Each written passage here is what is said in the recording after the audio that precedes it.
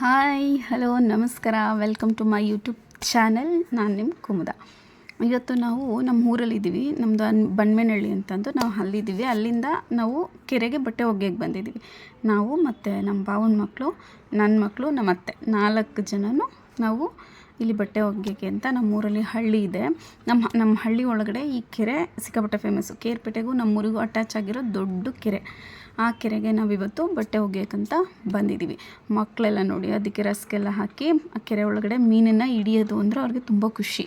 ಆ ಮೀನಿಗೆ ರಸ್ಕ್ಗಳನ್ನ ಹಾಕಿ ಮೀನು ಬರೋದನ್ನ ನೋಡೋದು, ಅಲ್ಲಿ ಟವಲ್ ತೊಗೊಂಡೋಗಿ ಒಂದು ಕಡೆ ಮೀನು ಹಿಡಿಯೋದು, ಈ ಥರ ಎಂಜಾಯ್ ಮಾಡ್ತಾಯಿದ್ದಾರೆ, ತುಂಬ ಎಂಜಾಯ್ ಮಾಡ್ತಾಯಿದ್ದಾರೆ. ಅಲ್ಲಿ ನೋಡಿ ನೀರು ಕೋಳಿ ಬರುತ್ತೆ, ಎಲ್ಲೋ ಮುಳುಗತ್ತೆ ಮತ್ತು ಇನ್ನೆಲ್ಲೋ ಹೇಳುತ್ತೆ.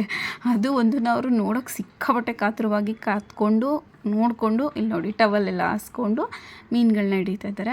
ಮೀನುಗಳನ್ನ ಹಿಡಿಯೋದಂದ್ರೆ ಅವ್ರಿಗೆ ಸಿಕ್ಕಾಪಟ್ಟೆ ಖುಷಿ. ಇವೆಲ್ಲ ಬೆಂಗಳೂರಲ್ಲಿ ಸಿಗಲ್ವಲ್ಲ ನೋಡಿ. ಅದು ಕೇರ್ಪೇಟೆ, ಆ ಸುತ್ತ ಇರೋದು ಕೇರ್ಪೇಟೆ. ಮತ್ತಿದು ಇವ್ರು ನಮ್ಮ ಅತ್ತೆಯವರು.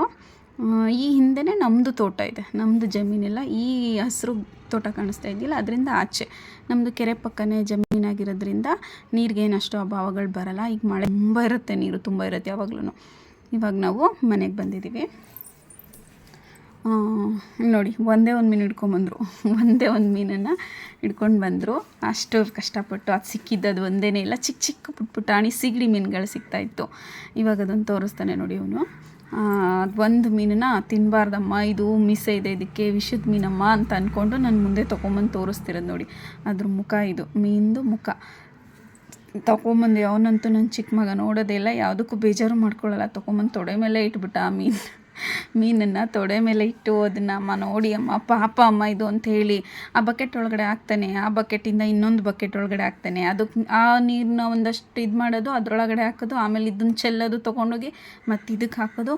ಎರಡೂ ಕಡೆ ಆ ಮೀನನ್ನು ಆಡಿಸಿ ಅದು ಸಂಜೆ ಫ್ರೈ ಮಾಡೋ ಹೊತ್ತಿಗೆ ಅವನ ಕೈಯಿಂದ ನೆರೆದ ಫ್ರೈ ಆಗೋಗಿತ್ತು. ಇವಾಗ ನೋಡಿ ನಮ್ಮ ಮನೆಯವರು ಮತ್ತು ನಮ್ಮ ಬಾವಾಜಿಯವರು ಇಬ್ಬರು ಸೇರಿ ಮೀನನ್ನು ಫ್ರೈ ಸುಡ್ತಾ ಇದ್ದಾರೆ. ನಮ್ಮ ಕಡೆ ಹಿಂಗೆ ಸುಡ್ತಾರೆ, 1-2 ಮೀನು ಸಿಕ್ಕಿದ್ರೆ ಈ ಥರನೇ ಸುಡ್ತಾರೆ. ಮತ್ತು ಇವರಿಬ್ಬರು ಹೋಗಿ ಒಂದಷ್ಟು ಏಡಿಕಾಯಿ ನಳ್ಳಿ ಅಂತೀವಲ್ಲ ಅದನ್ನು ಹಿಡ್ಕೊಂಬಂದು ಅದನ್ನೆಲ್ಲ ಹಾಕಿದ್ದಾರೆ ಅದರೊಳಗಡೆ ಬೇಯಲಿಕ್ಕೆ. ಅದೆಲ್ಲ ಇವಾಗ ಅದರೊಳಗಡೆ ಬೇಯ್ತಾ ಇದೆ.